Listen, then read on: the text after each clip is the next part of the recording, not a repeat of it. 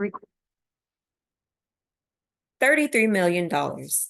Imagine what you can do with $33 million. I know that would be more than enough money to change my life. Now imagine spending that amount of money for only 3 minutes. That was the price fragrance company paid to promote a Chanel No. 5 perfume during a commercial that aired during the Super Bowl back in 2004. Now, any sane person would ask, why on earth would anyone want to use $33 million for something like that? The answer to the question is capitalism. My name is Marlena, and I'm here today to tell you what you don't know can hurt you. Capitalism is the production done for the sake of profit, but in private hands. The principle of these companies is to use the money that they have or have borrowed from the banks in order to produce goods to increase profits, which are more than what they started with. Now, there's a saying by Bacon Francois that goes, "The market is a good servant, but a bad master." Today, the masters are the financial institutions that create economic instability by putting a financial strain on society.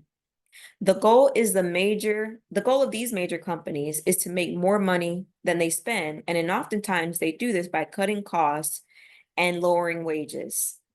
They pay their workers very low wages in order to maximize profits.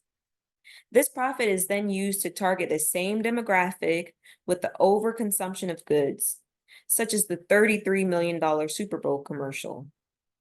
Once these purchased goods with the wages that are barely affordable, that they earn, that they don't need to, or that they can't survive off of, this then introduces the need for loans.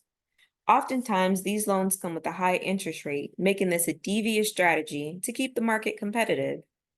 The need for changes calls for the large contribution of taxes that should come from the companies that bring in the largest profits. This would prevent economic instability.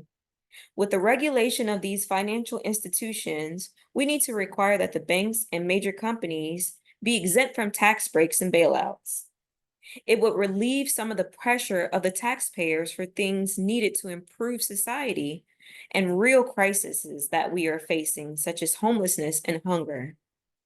Now, the people that benefit the most from capitalism are the ones with the opposing views who will often reason that the more education and training you receive will determine your income.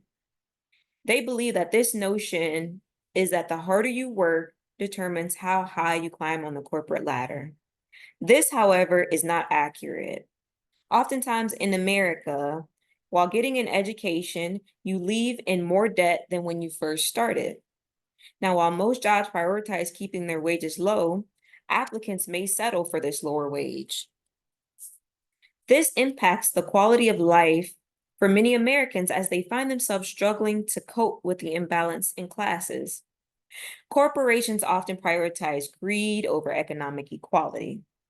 These large corporations being the 1% that make over 60% of the wealth in America.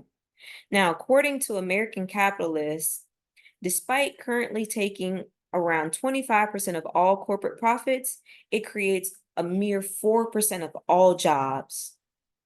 A solution to this problem would be allowing workers to partake in the profits for the company that they work for.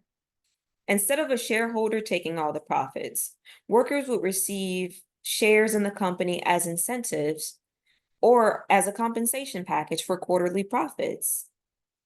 Now, this system of capitalism that we now live in is outdated, and we can no longer sustain the future based on the economy that we have now. This imbalance of inequality among classes and the instability of the economy, if we continue to allow corporate greed to be the driving force of our nation, it will come at a very steep price, one that you will have to pay the price for.